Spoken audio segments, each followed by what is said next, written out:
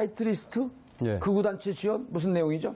그 화이트리스트라는 것 자체가 블랙리스트의 반대말이죠. 블랙리스트라는 것은 예를 들면 정권적 차원에서 상당히 나름대로 좀 반대적인 견해를 갖고 있다든지 또 상당히 또 이런 좀 그 정치적인 이런 좀 반대의 목소리를 높이는 사람들한테 불이익을 주는 것이라고 한다면 오히려 화이트리스트는 이 자신의 정권의 차원에서 이익이 되는 사람을 적극적으로 지원하기 위해서 만든 그 이 일종의 하나의 리스트를 화이트리스트라고 볼 수 있겠죠. 그래서 예를 들면 지난번 그 이명박 박근혜 정권 당시에 소위 말해 보수를 표방했던 여러 시민단체들이 사실 어떻게 보면 당시 그 강한 목소리, 그 정권에 대한 반대 목소리를 냈던 야당이나 또는 뭐 노동단체, 또 문화계 단체들이 여러 가지 반대 목소리를 높일 때 그 사람들 앞에 가서 상당히 또 그걸 갖다 방해하는 듯한 여러 집회를 했지 않습니까? 이러한 부분들에 동원되는 이 사람들에게 이 예산도 지원하고 CG가 지금 올라오는데 저걸 보고 보시면서 설명해 주시죠. 그러니까 간제 데모를 개최하는 대가로 정부로부터 지원 등을 받았다는 의혹이 제기된 보수단체들 명단이라는데 앞서도 제가 말씀드렸던 대로 당시 이명박 박근혜 정부 당시에 상당히 정권에 반대되는 그 목소리를 높이는 뭐 시민단체라든지 노동집회라든지 아니면 또 야당의 집회 같은데 행사장에 가서 일종의 자발적인 시민의 목소리를 가장해서 상당히 보수적인 목소리를 냈던 분들인데 뭐 그때 당시에는 이분들이 이런 이야기를 했죠. 우리는 우리 정치적 소신과 신념에 의해서 자발적으로 하는 것이라고 이야기를 했지만 지금 드러난 조사 결과에 보면 당시 국정원 등 뭐 이런 이 정부기관에서 그런 이 상당한 물적 지원을 해줬다는 것이죠. 대표적으로 예를 들면 이명박 정부 청와대에서 예를 들면 정경련을 동원해서 대기업으로부터 돈을 받아서 거기서 받은 돈을 가지고 이런 이 보수단체들에게 지원을 해줬다는 정황들이 지금 곳곳에서 드러나고 있습니다. 바로 그 때문에 지금 이 부분에 대해서 검찰이 수사를 지금 진행하고 있습니다. 근데 지금 화이트리스트가 이게 이명박 정부 시절에요. 박근혜 정부 시절에 워낙 이게 내용이 많아갖고. 계속적으로 진행된다고 보면 될 것 같고요. 화이트리스트 사실은 뭐 데모하고 뭐 시위하는 거 뭐 보수든 진보든 상관이 없습니다. 가장 중요한 거는 정권적 차원에서 자금을 댐으로써 그런 것들을 할 수 있도록 만든 겁니다. 그게 직권남용, 강요, 권리행사 방해가 되는 거거든요. 돈을 줌으로써 직권을 남용해서 어떤 행사를 하는 걸 방해시킨 것이 되기 때문에 이게 범죄가 성립할 수 있고요. 지금 영장이 발부됐는데 10여 곳입니다. 우리 보수단체, 뭐 북한 뭐 센터 보수단체뿐만 아니라 행정관들, 그 MB 정부 시절 때 행정관들 집도 영장이 나왔다는 거는 어느 정도 법원에서는 혐의 사실이 소명됐다고 본 거고요. 그럼 그게 혐의 사실이 소명됐다면 과연 어디서 어떻게 돈이 왔으며 얼만큼 왔고 얼만큼 관제 데모를 했느냐 이런 것들이 핵심 들어서 보입니다. 그럼 이게 근데 과거에 보니까 여기 지금 자료들을 보니까 2010년 천안함 침몰 때 좌파 단체를 중심으로 대학가 유언비어가 확산되는 것에 위기의식을 느낀 청년들이 모였다. 청년이 여는 미래죠. 청년이 여는 미래랑 청년이 만드는 세상이라는 단체인데요. 아주 유명한 단체는 아닌데 왜 유명하냐면 지금 새누리당의 그 신보라 의원이 있습니다. 신보라 의원이 2010년도에 천안함 사건이 나고 나서 너무 좌파가 선동하니까 대학생들, 청년들을 모아가지고 그거를 막기 위해서 위기의식을 느낀 청년들이 모여서 만든 단체라고 했는데 이 두 단체가 지금 압수의 대상에 포함이 되어 있는 게 아마 그냥 포함을 시킬 수는 없습니다. 뭔가 범죄 혐의점을 법관의 영장을 통해서 도장을 통해서 찍은 거기 때문에 뭐 신보라 의원도 좀 문제가 되는 상황이 아닌가. 왜냐하면 그 단체의 대표를 맡았었거든요. 문제가 되는 상황입니다. 근데 보니까 청년이 여는 미래 이건 2010년에 이 단체를 중심으로 활동을 하면서 신보라 의원이 여기 대표를 맡았어요. 그렇죠. 그리고 그 2015년서부터는 또 청년이 만드는 세상 이런 거 대변인을 했고 그 2016년에 국회의원을 했고. 그렇죠. 좋죠, 뭐 그러니까 대박. 아니요, 뭐 대박이라기보다는 뭐 국회의원 정말 다 하고 싶은 사람도 많은데 결국은 지금 얘기가 나오는 거는 그런 단체 활동을 했기 때문에 어떤 대가성으로 비례대표가 된 게 아니냐라는 얘기가 지금 나오고 있습니다. 2010년서부터는 돈을 지원도 받고. 이야, 이렇게 꽃놀이패가 있나요? 사실 그 당시 그러니까 새누리당 입장에서 보면 신보라 의원 같은 그러니까 보수 진영에서 봤을 때는 이런 젊은 층이 자발적으로 해서 좌파 단체를 견제할 수 있는 무슨 그러니까 이 단체를 만들었다는 그 자체가 정말 업어주고 또 모자랄 정도로 상당히 반가운 현상이 아니었겠습니까? 근데 문제는 이 지금 신보라 의원이 지금 거의 만들었던 이 청년이 여는 미래 이 단체 자체가 과연 자발성이 기초한 것이냐. 일종의 예를 들면 지금 수사 결과를 지켜봐야 되겠습니다만은 국정원이 조직 과정서부터 조직 과정에서 뭔가 불순한 의도를 갖고 뒷손에서 보이지 않는 손이 작용을 했을 가능성이 크다는 것이죠. 만약에 이 국정원 등을 비롯한 정부 관변 쪽으로부터 뭔가 부적절한 자금을 받았다고 한다면 바로 그 때문에 지금 검찰이 수사를 하고 있는 부분이고 이 부분이 만약에 혐의가 특정돼서 나오게 된다고 한다면 신보라 의원의 정치적 생명에도 상당한 이 영향이 불가피할 것으로 보입니다. 지원받은 게 이게 그렇죠. 직권남용, 권리행사 방해. 네. 그리고 보세요 이게 얼마나 그 천안함 때 물론 그것이 천안함 침몰의 원인을 따지기 전에 이 천안함에 대해서 문제 제기하는 사람을 종북 좌파를 계속 몰아갔잖아요. 그렇죠. 그러니까 네. 이건 뭐냐면 이 사회의 건전한 비판을 닫으려고 했던 그렇죠. 새는 좌우의 날개로 함께 난다. 네. 이런 사안을 보게 되면 건전하고 합리적인 보수들도 죽이는 경우 아니에요, 이게? 그렇죠. 일종의 그러니까 언론의 재갈을 물린 것뿐만 아니라 양심적이고 신념에 찬 사람들의 목소리까지 얻으려고 하던 하나의 그런 이 이명박 정부 때의 조금 도가 지나친 하나의 정치 공작적 냄새가 분명히 난다는 지나친 게 것입니다. 아닌 것 같은데 국민의 의식을 왜냐하면 아직까지 확실하게 알 수가 없으니까. 아직 유죄로 완전히 지금 그러니까 확정이 되지 않았기 때문에 무죄 추정의 원칙, 무죄 추정의 원칙에 따라서 제가 그렇게 이 수위를 조절할 수밖에 없습니다. 괜찮아요. 조금 가셔도 됩니다. 예, 알겠습니다. 가시면 여기 또 변호사 있으니까. 아니요, 변호사 수임. 저도 이 정도만 얘기하는 게 아니, 맞다고 변호사 생각합니다. 수임해갖고 또 만약에 명예훼손 들어오면 네. 그래도 변호사들도 먹고 살고. 근데 수임료를 대주실 겁니까? 그건 아니시죠. 김영란법 위반. 대주고 싶은데 김영란법 위반. 그 바로 그 때문에 제가 좀 수위를 조절할 수밖에 없습니다. 박 변호사님. 네. 이 기억나잖아요. 2014년 세월호. 2014년 4월 16일. 그렇죠. 이거는 우리 머릿속에는 고유명사처럼 남아있는 거 아니에요? 80년 5월, 87년 6월 항쟁. 네. 그 중간중간의 사건은 예를 들었고, 노무현 대통령과 김정일 위원장의 14선언. 네. 그거는 2007년이에요. 그런 건 우리가 좀 그 날짜를 잊어도 돼요. 근데 2014년 4월 16은 고유명사가 우리 머릿속에 있는 거란 말이에요. 세월호 침몰. 까먹을 수가 없는. 없죠. 근데 네. 박근혜 대통령이 기자들하고 얘기하면서 2년 전인가 3년 전에 그 세월호 이럴 때 국민들의 감정이 팍 폭발해버린 거 아니에요. 맞습니다. 그렇죠. 네. 근데 이때 진상을 규명하고 진상을 요구하고 있는 가족들이 단식에 들어갔을 네. 때 네. 그 옆에서 폭식 투쟁을 하던 분들. 네. 뭐 이쪽은 아닙니다. 신보라 의원의 단체는 아니지만 그런 단체가 있었죠. 그런 단체들조차도 그 많은 피자를 어디서 사오죠? 무슨 돈이 있어서? 가능성이 아마 이게 수사가 조금 확대된다 그러면 그 가능성도 볼 수 있어요. 그 당시에 단식을 하고 있는데 이건 사실 조롱이죠. 그 옆에서 조롱도 인격 모독이죠. 그걸 하는 부분에서 만약 자발적으로 했다 그러면 계속 얘기 드리지만 큰 문제는 없습니다. 그렇게 먹고 싶으니까 먹는 건데 예. 자발적이 아닌 어떤 정부의 지원을 받았든지 아니면 조작, 지금 공작이 보이잖아요. 예. 공작에 의한 결과라 그러면 이거는 전혀 다른 상황으로 전개돼야 되고요. 예. 이거는 그 단체도 문제지만 그 단체에 지원했던 정부의 도덕성도 심각한 타격을 받는 게 아닌가 생각이 됩니다. 예. 자, 신보라 의원, 정계 진출. 이런 우파단체, 네. 조직 과정에서부터 지원 과정. 상당히 오래됐어요. 네. 최소한 한 6년은 됐습니다. 2016 하기 전까지.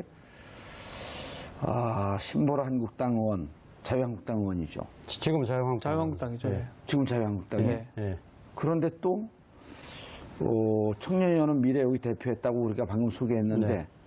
탄핵소추안의 표결에는 또 뭐 찬성의 입장을 밝혔다고 하는데 과연 찬성을 했는지 안 했는지는 그 본인이 무기명 투표이기 때문에 알 수는 없습니다. 알 수는 없는데 예. 뭐 탄핵소추안에 찬성한다는 입장을 밝혔는데 뭐 그 부분에 끝까지 했는지 안 했는지는 그건 알 수는 없습니다. 알 수 없는데 바로 그 때문에 사실 어떻게 보면 박근혜 정부 시절에 예. 공천을 받았고 어떻게 보면 보수의 퀴즈로서 상당한 정치적 수혜를 받았지 않습니까? 바로 그 때문에 달면 삼키고 쓰면 뱉는다는 감탄고토의 대표적인 전형의 정치인이라는 비난도 보수 진영에서는 받았던 게 사실인 것이죠.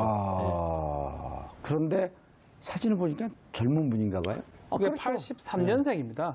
83년생이면 올해 나이가 뭐 30 중반 정도. 그 정도. 83년생이면 제가 첫 과목을 갔던 해인데. 아유, 예.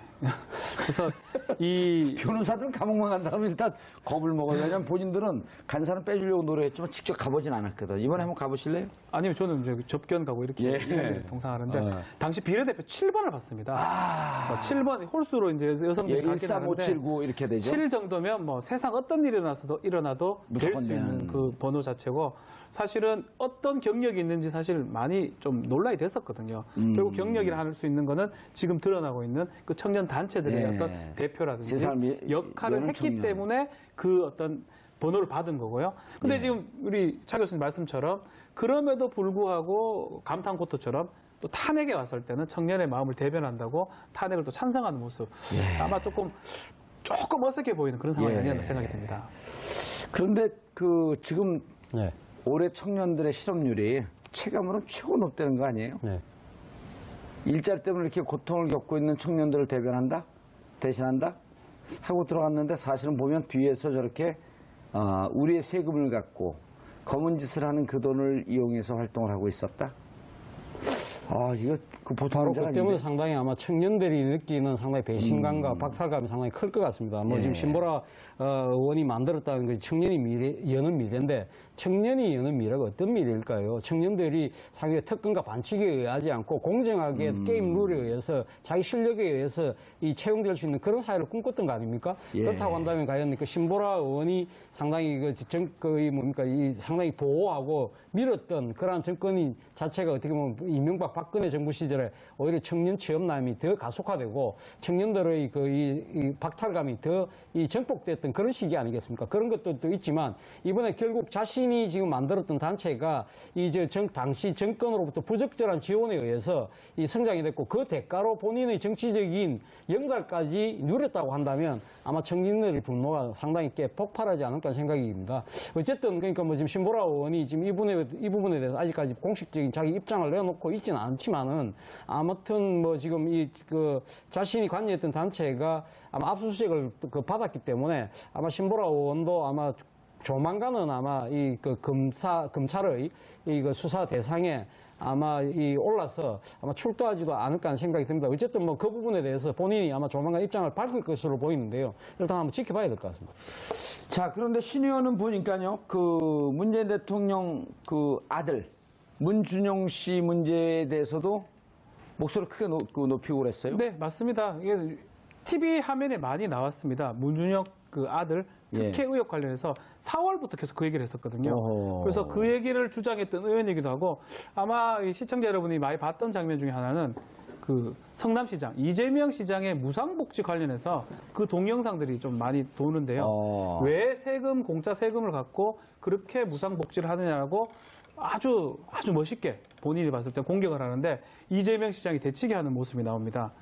홍보할 게 있으면 내한테 홍보를 할 걸 좀 알려달라. 정책을 알려달라 함으로써 결국 신보라 의원이 공격하는 과정에서 사실 쓴웃음을 짓고 말았는데요. 아주 당찬 젊은 여성 의원이 그런 질문을 함으로써 아주 시원할 거라 생각했는데 오히려 그 당시 야당이죠. 야당 시장이라든지 야당 의원들한테 공격당하는 모습을 보여서 웃음을 샀는 경우가 있습니다. 그 컨텐츠가 없다 이런 걸 좀 돌려서 얘기하는 거죠? 얘기하는 게 좀 그래서 뭐 공격을 하려면 좀 많이 해야 되는데 사실 내용 없이 하다 보니까 오히려 반격을 당한 그런 상황이었습니다. 지난주에 문성근 씨가 저희 방송에 출연을 해서 아주 의미심장한 얘기를 합니다. 차 교수님. 네. 화이트리스트엔 돈이 많이 들어갑니다. 네. 그렇죠. 블랙리스트는 출연을 안 시키거나 지원을 안 해주면 되는데 화이트리스트는 육성을 해야 될 거 아니에요? 단체들을 그렇죠. 육성을 하고. 자, 이거는 뭐를 염두에 둔 거냐면 제가 보기에는 이렇게 국고를 마음대로 썼으면 특가법상의 국고 손실 형이 세거든요. 그렇죠. 그걸 염두에 둔 거 아니었을까? 아마도 지금 앞서 우리 박지원 변호사가 뭐 직권남용 뭐 그런 말씀들 하셨지만 저는 지금 국가 예산을 함부로 쓴 부분에 대해서 앞서 말씀하신 것처럼 특정범죄 가중처벌법에 의한 그런 그 국고 횡령에 대한 아마 중죄를 적용받을 가능성이 크다고 저는 봅니다. 근데 지금 뭐 사실 지금 이 돈을 이렇게 마음대로 쓸 수 있는 자금 자체가 가면 어디서 나왔느냐? 지금 아마 국정원에서 나왔을 가능성이 높다고 보는 거 또 아닙니까? 전경련을 통해서 지원했을 수도 있고요. 전경련 통해서는 이제 이 그 청와대가 이야기해서 기업들로 받은 돈은 또 있지만 또 국정원에서 이제 지금 그 국가 예산을 썼다고 한다면 국정원 예산이 썼을 가능성이 높은데 뭐 우리 앵커께서 잘 아시다시피 국정원 예산의 상당수가 예비비로 예. 지금 지금 숨겨진 돈이지 않습니까? 그렇기 때문에 용처를 밝히지 않고도 얼마든지 쓸 수 있는 그런 돈이라는 것이죠. 그렇다고 한다면 우리가 진짜 피땀 흘려서 모아서 낸 세금 자체가 이런 식의 정권의 그런 안보, 내지는 정권의 재연장을 위해서 불법하게 부당하게 지금 이 국정원 예산을 국가 안보에 써야 될 아주 귀중한 예산을 그렇게 이게 전횡하고 불법적으로 횡령한 것이 아니냐. 그 부분에 대해서는 아마 국가 안보를 지금 누구보다도 외치는 보수 정당이 집권한 상황에서 이런 것이 나왔다는 것 자체가 일종의 자가당착이 아닌가 하는 생각도 듭니다. 그런데 지금 박영수 특검팀에서 2014년서부터 지난해 10월까지 약 한 2년 동안 네. 전경련을 통해서 보수단체, 이른바 보수단체라고 하는, 이거 보수단체라고 할 수 없는 단체예요. 관변단체지. 간변단체라 보는 게 맞는 것 같고요. 극우 관변단체죠. 그렇죠. 박영수 특검이 밝혀냈던 부분이요. 2014년에 했는 게 청와대 정무수석실을 통해서 지원됐던 금액이 68억 정도가 확인이 됐습니다. 한 2년 동안? 2년 동안 확인됐던 부분이고요. 아마 이번에 압수수색을 만약 해가지고 성과가 만약 난다고 가정했을 때 뭐 어렵진 않을 것 같아요. 왜냐하면 전경련을 통해서 한다는 것 자체는 합법적으로 생각하기 때문에 아마 계좌를 통해서 갔을 가능성이 높고요. 그런 경우라면 지금 압수수색 통해서 많은 자료들을 확보한다면 68억 이상이 될 수도 있고요. 그 금액이 많이 커진다고 가정했을 때는 이 사건이 여기서 끝날 수도 없는 아주 또 하나의 어떤 국정농단 사건 중에 하나가 될 가능성도 배제할 수는 없다고 저는 생각이 듭니다. 알겠습니다. 그 화이트리스트하고 블랙리스트 이 사건이 커지는데 한번 맞춰보세요. 누군지. 찍지 마. 찍지 마. 찍지 마. 누굴까요? 네. 누가 한 걸까요? 어서 많이 본 듯한 모습 아니에요? 모르겠습니다. 저도 기시감이 딱 드는데 네. 누구죠? 누군지 이름이 딱 안 떠오르네요. MB 시절에 문화부 장관? 예, 빡쳐죠. 예. 아, 그 얘기 하면 안 됩니까? 예. 그렇게 찍지 마. 예, 그 정도에서는 잘 모르겠는데. 웃지 마. 네. 네. 누구죠? 장관이죠. 유인촌 전 장관. 예. 그런데 네. 조윤선 장관은 네. 박근혜 시절에는 김기춘 실장의 보고를 받고 블랙리스트에 관여했다. 물론 1심에서는 유죄가 나왔지만 네. 최근에는 정무수석 시절에 실질적으로 보고를 했다라고 하는 증언이 지금 잇따르고 있단 말이에요. 캐비넷에서요? 그렇죠. 나왔다 다시 들어가야 되는 상황이 올 수도 있겠다. 네. 그런데 유인촌 장관은 지금 보니까 그럴 수 있겠네. 관여하지 않았다. 서울시장 시절서부터 바로 오른쪽에서 측근에서 이렇게 문화적 활동을 했던 유인촌 문화부 장관이 네. 그리고 꽤 오랫동안 장관했죠. 네. 3년을 제일 많이 예. 상당히 최장수 장관이었죠. 찍지 마. 이거 한마디로 찍지 마. 예. 찍지 마. 근데 유인촌 전 장관이 그저께 자신 입장을 미리 내놨습니다. 예. 어떻게 보면 뭐 이 지금 이 스포츠에 서 있는 용어 중에 있는 공격이 최선의 방어다라는 이야기를 떠올릴 수 있을 정도로 상당히 자신은 전혀 관여한 적이 없고 내가 문화예술인 출신인데 내가 어떻게 그런 일을 할 수 있겠느냐. 나는 그런 걸 만든 적도 없고 지시한 적도 없다고 강하게 지금 부인을 했습니다. 부인을 했는데 앞서 우리 지금 앵커께서 말씀하셨던 그런 이 태도도 있습니다만은 사실 그 이와 관련해서 역사자 전우용 선생께서 예. 이 SNS 글을 올린 게 있습니다. 그때 뭐라고 올렸냐? 정우용? 전우용 선생이라고요. 예. 옛날 그 우리나라 유명한 역사학자 전승칠 선생의 아들입니다. 아들인데. 예. 자, 어쨌든 그러니까 정우용 선생이 그 지금 그 SNS에 뭐라고 올리냐면 이 지금 당시 그 유인촌 장관이 집권하고 난 뒤에 이 정부가 코드 맞지 않은 기관장 다 나가라. 그런 이야기를 했다는 것이죠. 저도 뭐 그 SNS 보니까 그 생각이 기억이 나던데요. 사실 그런 걸 본다고 한다면 그때 그 지시 논란 때문에 상당히 논란이 커졌던 상황이 빚어졌었거든요. 예. 그런 걸 본다고 한다면 과연 유인촌 장관이 당시 블랙리스트를 몰랐고 지시하지 않았다는 그 자체의 이 공세적 해명 자체가 고지고대로 들리지 않는 그런 것 같아요. 지금 보니까. 그런데 지금 그 이른바 이제 블랙리스트, 화이트리스트 문화예술인들이 이명박 정부 시절에 문화정책을 담당했던 유인천 전 문체부 장관과 신재민 MBC 이거는 박근혜 시절이죠. 네. 신재민 전 문체부 차관을 조사해달라.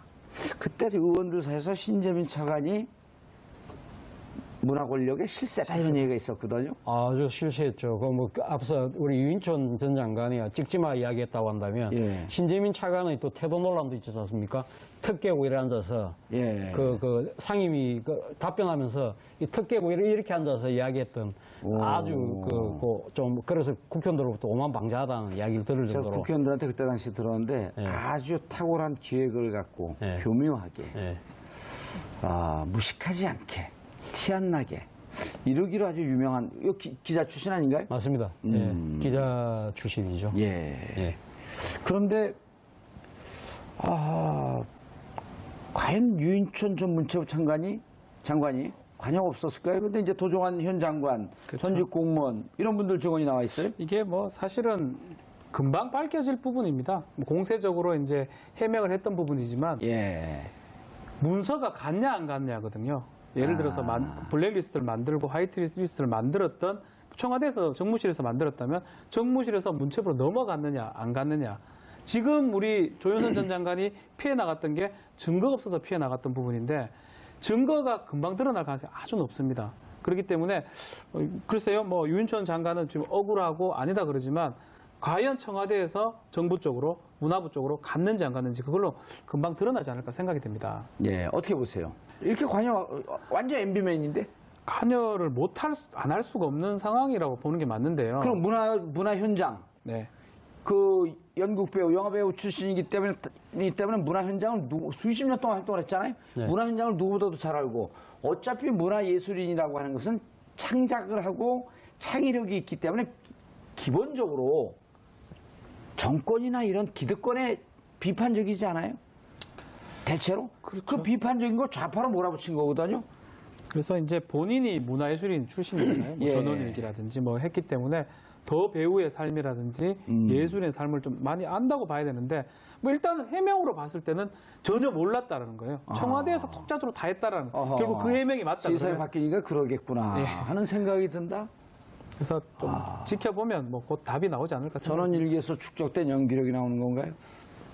근데 지금 유인천 전 장관은 퇴임하고 난 뒤에 자신의 지금 뭡니까, 빌딩을 예. 문화공간으로 내줘서 문화인들에게 상당히 그러니까 돈 만 원 받고 예. 대관할 정도로 상당히 나름대로 문화를 위해서 노력한다고는 하고 있습니다. 그 청담동에 있는 유시어터예요. 예, 맞습니다. 예, 옛날엔 그렇게 하지 않았었어요. 예. 장관 퇴임하고 난 뒤에 그렇게 하고 계시죠. 근데 문제는 이 유인천 전 장관의 해명에 대해서 이 지금 뭐 반론도 좀 제기되고 있습니다. 전직 공무원 A 씨라는 분이 지금 이야기하기로는 엄밀하게 구두로 이 지금 오피니언 리더를 대상으로 한 배제 지시는 있었다. 예. 뭐 그런 이야기도 증언도 있고 또 하나는 이 사실 박근혜 정부는 블랙리스트가 융단 폭격이라고 한다면 이명박 정부의 블랙리스트는 정밀 타격이다. 서지컬 스트라이크다. 그러니까 딱 부러지게 드러나지 않지만 아주 집요하고 오히려 더 치명타였다는 그런 증언도 지금 있는 부분이기 때문에 이건 뭐 좀 더 조사를 지켜봐야 될 것 같습니다. 서지컬 스트라이크. 경상도 분 중에 영어를 제일 잘하는 거. 발음이 제일 좋은 거. 깜짝 놀랐죠. 예, 너무 놀랐습니다. 예. 그런데 두 분 다 경상도네 그러고. 예. 그런데 이게 이른바 이제 크루즈 미사일 예. 쫓아서 타격하는 거. 순항 미사일. 예. 벙커버스터. 벙커버스터. 예. 그렇게 딱 찍어서. 네. 어제 어느 분이 정치를 오래 했던 분이 통화를 하는데 이런 얘기를 해요. 네. 박근혜 정부 시절은 그냥 무식하게 전방위적으로 다 했는 거에 비해서 이명박 정부 시절은 더 집요하게 교활하게 악랄하게 한 것 같다. 이런 평을 내나요? 근데 도종환 장관이 증언했잖아요. 현직 장관인데 뭐라 그러냐면 유인천 장관 때 불법 집회나 시위에 참여했다가 발각되면 지원금 모두 반납하겠다는 서약서에 서명할 것을 독촉받았다. 네. 이건 현직 장관이자 또 국회의원이잖아요. 예. 도종환 장관이 이렇게 얘기할 정도면 접수꽃 당신. 네, 이거는 뭐 이거가 자체가 증거가 될 수가 있습니다. 예. 이거를 토대로 해서 추적해 가면 누가 이런 지시를 내렸고 누가 서약서를 작성하게 했고 나올 간단하죠. 아주 간단하다고 생각합니다. 도종환 장관이 왔기 때문에 네. 이제 그 문체부 직원들은요. 캐비넷 열어보면 다 나와요. 그 문체부 직원들은요. 네. 그리고 지금 차관 분이 누구죠? 그 노태강. 노태강. 네. 참 나쁜 사람. 네. 예? 노태강. 차관으로 왔잖아요. 국장으로 그 쫓겨났다가. 문체부, 그 다음 유진용 전 장관. 네. 문체부의 특징이 그 정부 내에서 가장 에이스 공무원들이 오는 데랍니다. 네. 그전에는 이제 그것이 뭐 기재부 이런 데였는데 지금은 기재부 못지않게 에이스들, 문화정책이 중요하니까. 그렇죠. 에이스들이 오는 자리고 이분들이 자기들 그 문체부 내에서 활동하는 것에 대해서 무척 자부심이 있었는데 블랙리스트라고 하는 것이 자부심에 손상을 준 거 아니에요? 화이트리스트도 그렇고. 그래서 그런 것에 대해서 제보가 잇따를 것이다. 아마 그럴 가능성이 저도 높아는 보입니다. 예. 높아 보이는데 문제는 지금 뭐 이명박 정부 측에서 지금 뭐라고 이야기하냐면 뭐 이명박 전 대통령 측에서 하는 이야기는 그렇게 한가한 시간이 없었다. 내가 뭐 그런 걸 다 개입하고 하느냐. 예. 그렇게 이야기를 하면서 지금 완전 꼬리 자르기를 지금 하고 있는 거거든요. 그래서 아마 지금 사실은 어떻게 앞서 말씀하셨다시피 어떻게 보면 상당히 박근혜 정부는 상당히 무식하게 했다고 한다면 예. 이명박 정부 때는 상당히 지능적이고 영리하게 만약에 했다고 한다면 이것이 과연 그럼 한 부처의 단독 거의 행위였을 것인가 예. 아니면 그 이후에 정권적 차원에서 벌어진 문제인가 그 부분을 지금 규명해야 되지 않겠습니까? 바로 그 부분에 있어서 이명박 전 대통령의 책임 부분에 예. 대한 지금 이에 대해서 수사가 초점이 맞춰질 수밖에 없는데 지금 뭐 이명박 대통령 측에서는 벌써부터 그렇게 한가하지 않다는 이야기를 통해서 지금 방어막을 치고 있거든요. 그렇기 때문에 과연 이 지금 아주 영리하게 블랙리스트를 행했던 만큼 방어책도 상당히 나름대로는 영리하고 예. 상당히 좀 잘 할 것 같은데 그걸 과연 이 우리 사정 당국에서 그 벽을 뛰어넘을 수 있을 예. 것이냐 그걸 한번 또 지켜봐야 뚫지 되다. 못하는 방패는 없잖아요. 없죠. 예. 예. 방패도 반드시 뚫리게 되어 있다. 예. 창이 어떻게 날카로우냐. 그게 중요하겠죠. 그렇죠. 그런데 아까 전우용 역사학자 얘기를 했는데 전우용 씨가 이런 아주 구체적으로 이렇게 얘기를 했어요. 이 정부가 코드가 맞지 않는 사람 다 나가라. 유인천 장관. 네네. 자, 코드가 맞지 않는지를 어떻게 알죠? 그렇죠. 그것을 조사했을 거 아니다. 했으니까 그 조사한 그 근거가 블랙리스트다. 네. 그럼 전우용 씨 아니면 유인천 씨 둘 중에 하나는 뭐 거짓말. 이죠 네. 하하. 그러니까 뭐 사실 밝히는 게 어렵지가 않습니다. 예. 국정원이 밝혀요. 국정원이 자기 옛날 문서를 꺼내면 되는 거고요. 서버. 문화부에서 옛날 메인 문서를 서버. 그걸 예. 꺼내면 되기 때문에 사실은 서류가 오가는 것 같으면 금방금방 파악이 되기 때문에 이 모든 것을 파악하는 데는 시간이 문제지 뭐 밝혀내지 못하지는 않다. 저는 그렇게 봅니다. 추명호 국장이 네. 국정원 있잖아요. 국정원을 조사합니다. 추명호 전 국장이 오늘 검찰 소환됐어요. 소환됐죠. 얘기는 예. 안 했습니다. 무건 수행하더라고요. 네, 무건수행. 박원순 시장 제안 문건에 대해서 많은 기자들의 질문에 대해서 전혀 얘기를 하지 않고 있지만 결국 증거가 확실하고 만약에 무건을 하고 검찰에서 하면 본인이 한 걸로 돼버립니다. 아니면 본인 아니면 뭐 마이가도 원세훈 전 원장까지 그러게 되기 때문에 기조실장 또 누구죠? 김주성 전 기조실장입니다. 아, 축구 선수가 아니네요. 네. 그래서 아마 이 추명호 전 국장 입장에서는 지금은 이렇게 얘기하지만 검찰 조사라는 게 쉽게 그렇게 넘어갈 수도 없을 뿐더러 그 서울중앙지검에 지금 윤석열 지검장이 지금 가 있기 때문에 예. 본인이 제일 많이 할 거예요. 제일 많은 사람이 답답할 거 수사하고 싶은데 지검장 해야 되니까 수사를 못 하잖아요. 슬쩍 왔다 갔다 정도면 할 것 같은데 그거를 통과하기가 저는 쉽지 않다. 그래서 결국은 입을 열 수밖에 없지 않을까 이렇게 예상이 됩니다. 얼마 전에 박찬주 대장이 구속됐어요. 네. 뇌물수수 혐의로. 딴 걸로 구속이 됐죠. 원래 우리가 원했던 거는 뭐 갑질 부분, 원했던 게 아니고 원래 검찰에서 생각했던 부분은 예. 직권남용 부분인데 공관병 갑질 직권남용. 그 부분은 이제 빠지고 뇌물 수수 혐의를 갖고 이제 혐의로 구속영장이 청구됐고 발부가 됐었습니다. 13년 만에 포스타가 구속된 것은 13년 만이다. 네.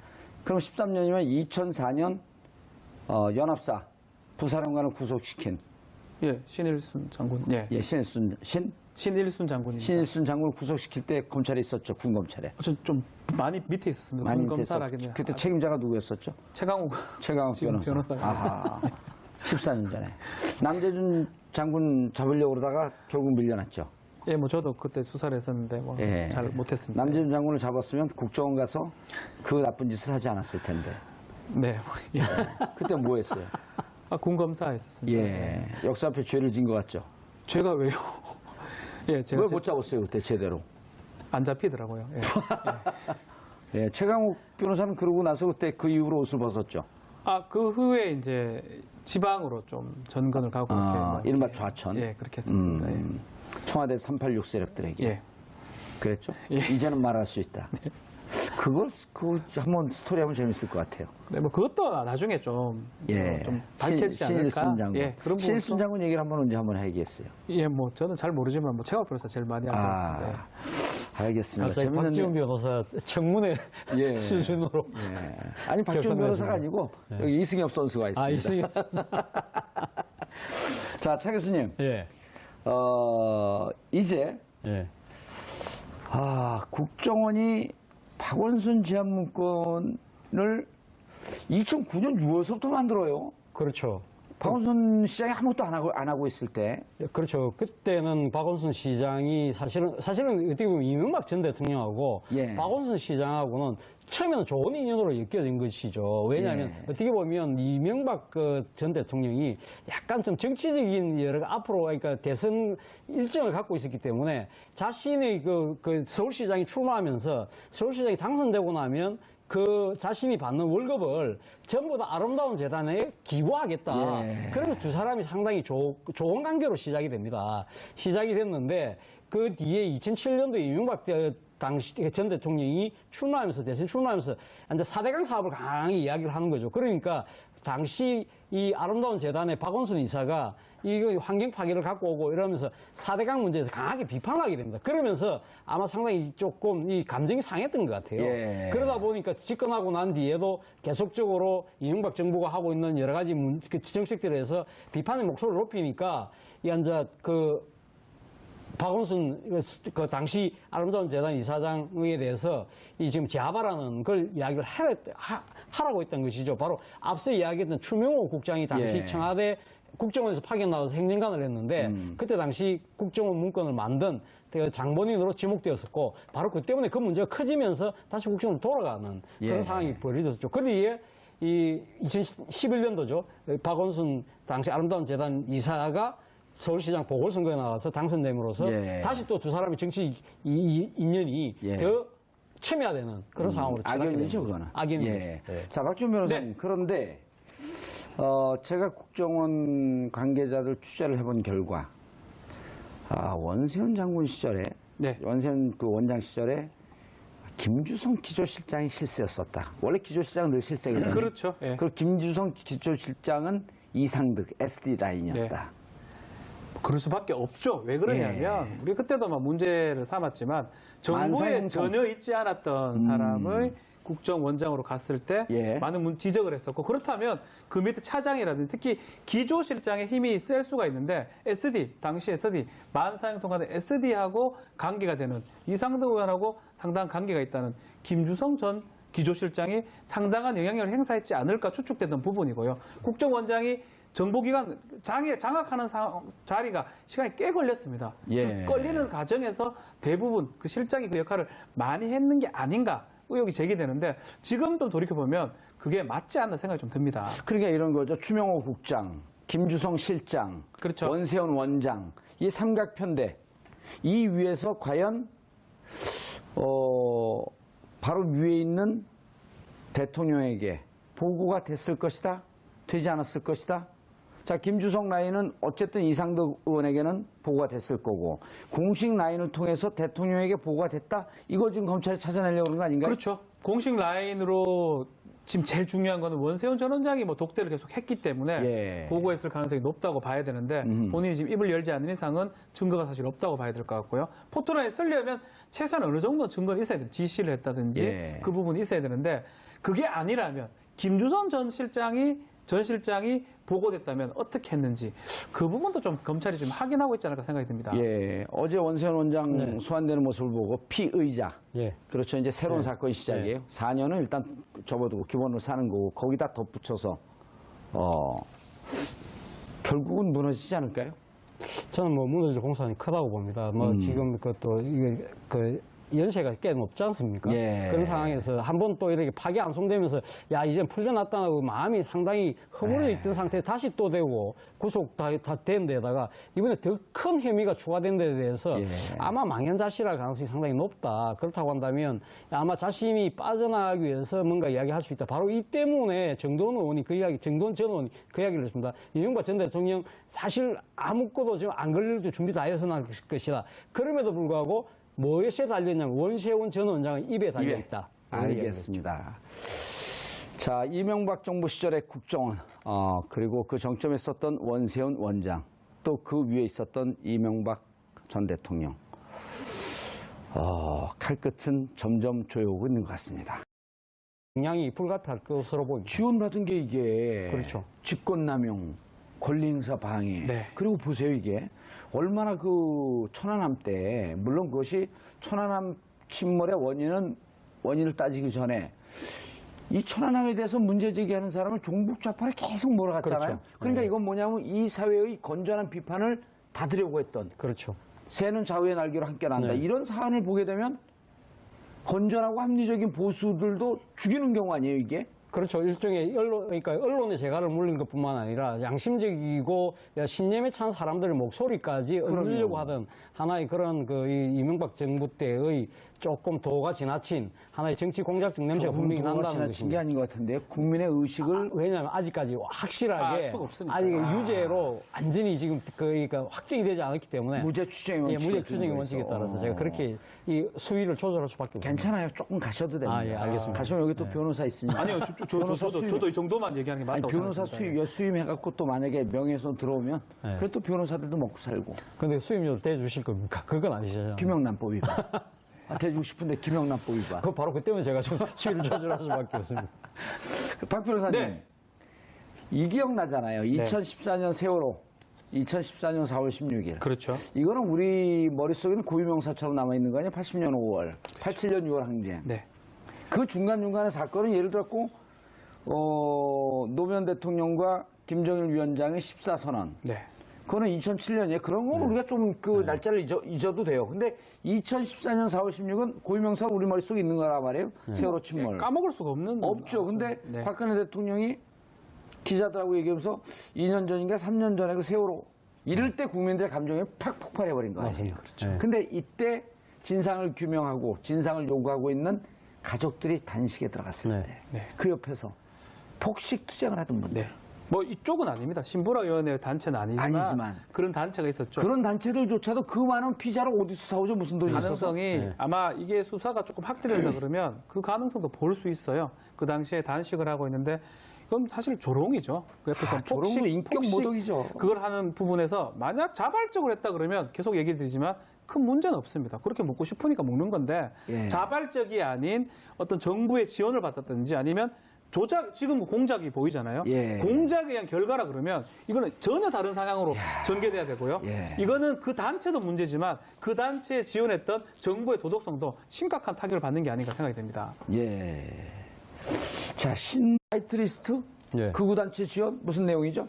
그 화이트리스트라는 그 자체가 블랙리스트의 반대말이죠. 블랙리스트라는 것은 예를 들면 정권적 차원에서 상당히 나름대로 좀 반대적인 견해를 갖고 있다든지 또 상당히 또 이런 좀 그 정치적인 이런 좀 반대의 목소리를 높이는 사람들한테 불이익을 주는 것이라고 한다면 오히려 화이트리스트는 이 자신의 정권의 차원에서 이익이 되는 사람을 적극적으로 지원하기 위해서 만든 그 이 일종의 하나의 리스트를 화이트리스트라고 볼 수 있겠죠.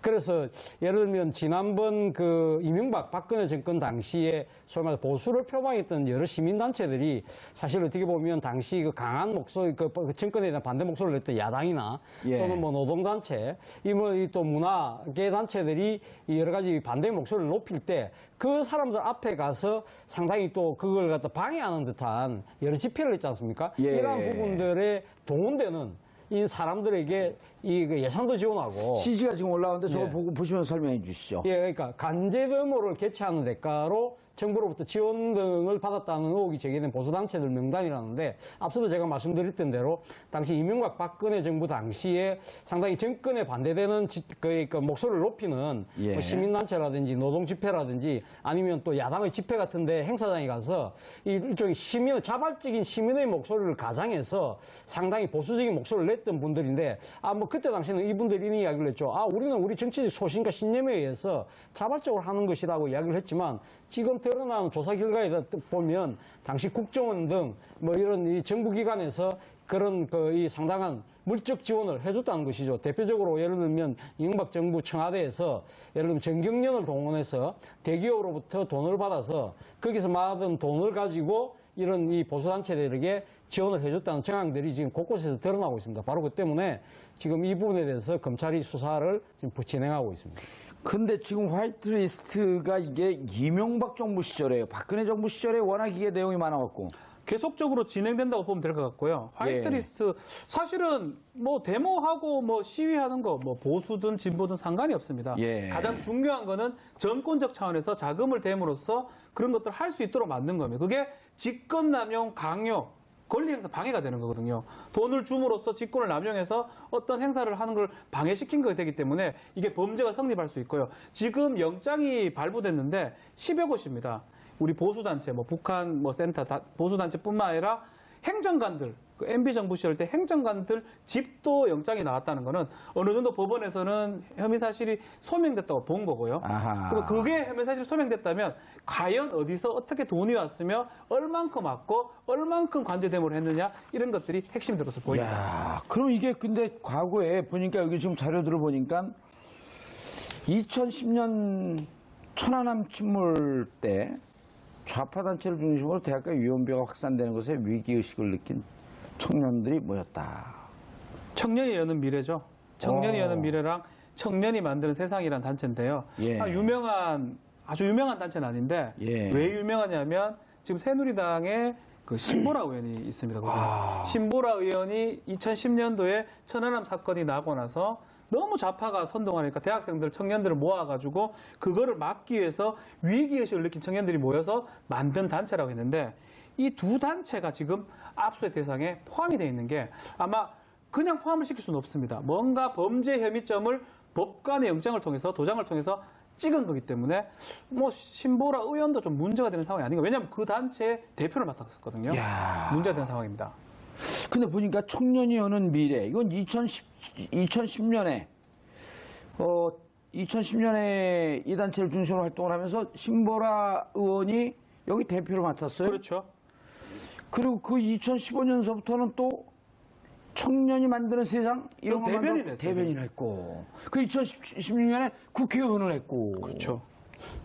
좋죠, 뭐 그러니까. 대박. 아니요, 뭐 대박이라기보다는 뭐 국회의원 정말 다 하고 싶은 사람도 많은데 예. 결국은 지금 얘기가 나오는 거는 그런 단체 활동을 했기 때문에 어떤 대가성으로 비례대표가 된 게 아니냐라는 얘기가 좀 나오고 있습니다. 2010년서부터는 돈을 지원도 받고. 네. 이야, 이렇게 꽃놀이패가 있나요? 사실 그 당시 그러니까 새누리당 입장에서 보면 신보라 의원 같은 그러니까 보수 진영에서 봤을 때는 이런 젊은 층이 자발적으로 해서 좌파 단체를 견제할 수 있는 무슨 그러니까 이 단체를 만들었다는 그 자체가 정말 업어주고 또 모자랄 정도로 상당히 반가운 현상이 아니었겠습니까? 근데 문제는 지금 신보라 의원이 지금 거의 만들었던 이 청년이 여는 미래, 이 단체 자체가 과연 자발성이 기초한 것이냐. 일종의 예를 들면 지금 수사 결과를 지켜봐야 되겠습니다만은 국정원이 조직 과정에서 뭔가 불순한 의도를 갖고 뒷손에서 보이지 않는 손이 작용을 했을 가능성이 크다는 것이죠. 만약에 이 국정원 등을 비롯한 정부 관변 쪽으로부터 뭔가 부적절한 자금을 받았다고 한다면 바로 그 때문에 지금 검찰이 수사를 하고 있는 부분이고, 이 부분이 만약에 혐의가 특정돼서 나오게 된다고 한다면 신보라 의원의 정치적 생명에도 상당한 영향을 꿈꿨던 거 아닙니까? 그렇다고 한다면 과연 그 신보라 의원이 상당히 상당히 보호하고 밀었던 그러한 정권이 자체가 어떻게 보면 이명박 박근혜 정부 시절에 오히려 청년 취업난이 더 가속화되고 청년들의 이 박탈감이 더 전폭됐던 그런 시기 아니겠습니까? 그런 것도 또 있지만 이번에 결국 자신이 지금 만들었던 단체가 당시 정권으로부터 부적절한 지원에 의해서 이 성장이 됐고 그 대가로 본인의 정치적인 영달까지 많이 누렸다고 한다면 아마 청년들의 분노가 상당히 꽤 폭발하지 않을까 생각이 듭니다. 어쨌든 그러니까 뭐 지금 신보라 의원이 지금 이 부분에 대해서 아직까지 공식적인 자기 입장을 내놓고 있지는 않지만은 아무튼 뭐 지금 자신이 관여했던 단체가 아마 압수수색을 받았기 때문에 아마 신보라 의원도 아마 조만간은 아마 검찰의 수사 대상에 아마 올라서 아마 출두하지도 않을까 하는 생각이 듭니다. 어쨌든 뭐 그 부분에 대해서 본인이 아마 조만간 입장을 밝힐 것으로 보이는데요. 일단 한번 지켜봐야 될 것 같습니다.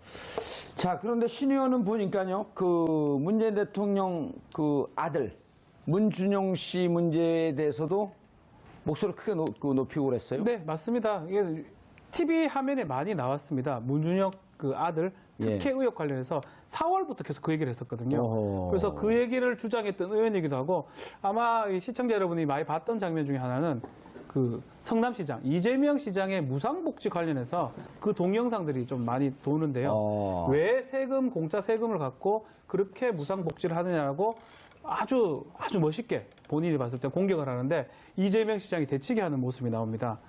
홍보할 게 있으면 내한테 홍보를 할 걸 좀 알려달라. 정책을 알려달라 함으로써 결국 신보라 의원이 공격하는 과정에서 사실 쓴웃음을 짓고 말았는데요. 아주 당찬 젊은 여성 의원이 그런 질문을 함으로써 아주 시원할 거라 생각했는데 오히려 당시 야당이죠. 야당 시장이라든지 야당 의원들한테 공격당하는 모습을 보여서 웃음을 샀는 경우가 있습니다. 그럼 컨텐츠가 없다 이런 걸 좀 돌려서 얘기한 거죠? 얘기하는 게 좀 그래서 공격을 하려면 좀 많이 해야 되는데 사실 내용 없이 하다 보니까 오히려 반격을 당한 그런 상황이었습니다. 지난주에 문성근 씨가 저희 방송에 출연을 해서 아주 의미심장한 얘기를 합니다. 차 교수님. 네. 화이트리스트엔 돈이 많이 들어갑니다. 네. 그렇죠. 블랙리스트는 출연을 안 시키거나 지원을 안 해주면 되는데 화이트리스트는 육성을 해야 될 거 아니에요? 단체들을 그렇죠. 육성을 하고. 자, 이거는 뭐를 염두에 둔 거냐면 제가 보기에는 이렇게 국고를 마음대로 썼으면 특가법 신보라 의원, 정계 진출 이런 우파단체 조직 과정에서부터 지원 과정 상당히 오래됐어요. 최소한 한 6년은 됐습니다. 2016 하기 전까지. 신보라 한국당 의원, 자유한국당 의원이죠. 지금 자유한국당이죠. 지금 자유한국당이에요. 그런데 또 청년위원회 미래의회 대표했다고 우리가 방금 소개했는데 탄핵소추안의 표결에는 또 찬성의 입장을 밝혔다고 하는데 과연 찬성을 했는지 안 했는지는 본인이 무기명 투표이기 때문에 알 수는 없습니다. 알 수는 없는데 탄핵소추안에 찬성한다는 입장을 밝혔는데 그 부분에 끝까지 했는지 안 했는지는 그건 알 수는 없습니다. 알 수 없는데 바로 그 때문에 사실 어떻게 보면 박근혜 정부 시절에 공천을 받았고 어떻게 보면 보수의 퀴즈로서 상당한 정치적 수혜를 받았지 않습니까? 바로 그 때문에 달면 삼키고 쓰면 뱉는다는 감탄고토의 대표적인 전형의 정치인이라는 비난도 보수 진영에서는 받았던 게 사실인 것이죠. 그런데 사진을 보니까 젊은 분인가 봐요. 그게 83년생입니다. 83년생이면 올해 나이가 30 중반 정도. 83년생이면 제가 첫 감옥을 갔던 해인데. 예.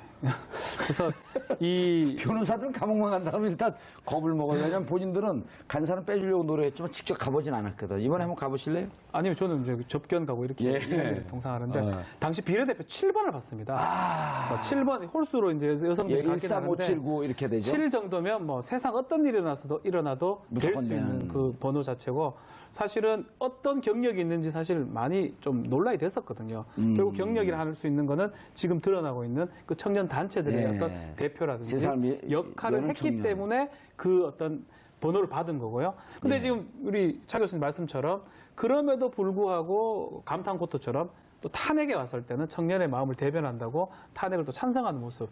아마 조금 어색해 보이는 그런 상황이 아니었나 생각이 듭니다. 그런데 지금 올해 청년들의 실업률이 체감으로 최고 높다는 거 아니에요? 일자리 때문에 이렇게 고통을 겪고 있는 청년들을 대신한다?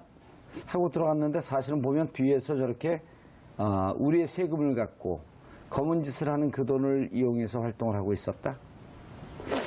이거 보통 바로 문제가 그 때문에 아닌데. 상당히 아마 청년들이 느끼는 상당히 배신감과 박탈감이 상당히 클 것 같습니다. 뭐 예. 지금 신보라 의원이 만들었다는 게 청년이 여는 미래인데 청년이 여는 미래가 어떤 미래일까요? 청년들이 자기의 특권과 반칙에 의하지 않고 공정하게 게임 룰에 의해서 자기 실력에 의해서 이 채용될 수 있는 그런